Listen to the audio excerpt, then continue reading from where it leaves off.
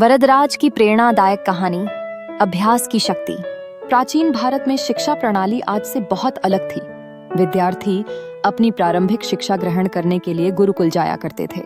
वहां वे अपने गुरु के सानिध्य में रहकर अध्ययन करते और आश्रम के कार्यों में भी सहायता करते थे। ऐसा ही एक बालक था वरदराज, जिसे उसके माता पिता ने अन्य बच्चों की तरह शिक्षा ग्रहण करने के लिए गुरुकुल भेज दिया। गुरुकुल में पहुंचने के बाद वरदराज अपने साथी छात्रों के साथ घुलने मिलने लगा, लेकिन जल्द ही उसे एक समस्या का सामना करना पड़ा। वह पढ़ाई में बहुत कमजोर था।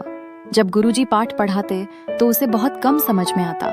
उसकी इस कमजोरी के कारण अन्य विद्यार्थी उसका मजाक उड़ाते और उसे मंदबुद्धि समझते।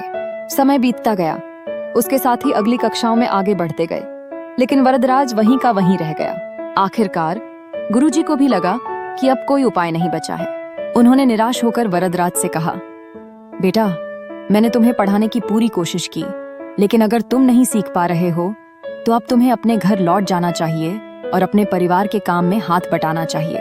गुरुजी की यह बात सुनकर वरदराज बहुत दुखी हो गया। उसे लगा कि शायद विद्या उसके भाग्य में ही नहीं लिखी है। भारी मन से उसने गुरुकुल छोड़ने का निर्णय लिया और घर की ओर चल पड़ा। दोपहर का समय था और चलते चलते उसे प्यास लगने लगी। इधर उधर नजर दौड़ाने पर उसने देखा कि कुछ महिलाएं एक कुएं से पानी भर रही थीं। वह उनके पास गया और पानी मांगने के बाद उसने एक अजीब चीज देखी। कुएं के पास पत्थरों पर रस्सी के आने जाने से बने गहरे निशान थे। उसने आश्चर्य से उन महिलाओं से पूछा, यह निशान कैसे बने? एक महिला मुस्कुराई और बोली, बेटा, यह निशान हमने नहीं बनाए हैं। यह तो तब बने जब सालों साल तक पानी खींचने के दौरान रस्सी इस पत्थर से रगड़ खाती रही। इस कोमल सी रस्सी ने निरंतर घर्षण से कठोर पत्थर पर भी गहरे निशान बना दिए हैं। वरदराज को यह सुनकर बहुत गहरा आघात लगा। उसने सोचा, अगर एक नाजुक रस्सी बार बार चलने से इतने कठोर पत्थर पर निशान बना सकती है, तो क्या मैं निरंतर अभ्यास करके विद्या अर्जित नहीं कर सकता? इस विचार ने उसके भीतर एक नई ऊर्जा भर दी। वह तुरंत गुरुकुल वापस लौट आया और पूरी लगन से पढ़ाई में जुट गया। अब वह हार नहीं मानता था, बार बार अभ्यास करता और कठिन विषयों को समझने की कोशिश करता। गुरुजी ने भी उसकी इस मेहनत को देखकर उसे पूरी तरह से सहयोग दिया। धीरे धीरे वरदराज की मेहनत रंग लाने लगी। जहां पहले वह मंद बुद्धि कहलाता था, वहीं अब वह सबसे प्रतिभाशाली विद्यार्थियों में गिना जाने लगा।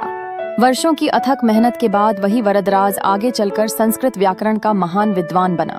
उसने लघु सिद्धांत कौमुदी, मध्य सिद्धांत कौमुदी, सार सिद्धांत कौमुदी और गीर्वाण पदमंजरी जैसे महत्वपूर्ण ग्रंथों की रचना की, जो आज भी संस्कृत व्याकरण में एक महत्वपूर्ण स्थान रखते हैं। Moral of the story.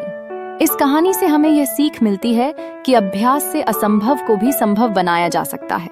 चाहे वह पढ़ाई हो, खेल हो या जीवन का कोई भी क्षेत्र, सफलता सिर्फ निरंतर प्रयास और मेहनत से ही मिलती है। अगर आप बिना अभ्यास के केवल भाग्य के भरोसे बैठे रहेंगे तो अंत में पछतावा ही मिलेगा। इसलिए मेहनत, धैर्य और लगन के साथ अपने लक्ष्य को प्राप्त करने के लिए जुट जाना ही सफलता की कुंजी है।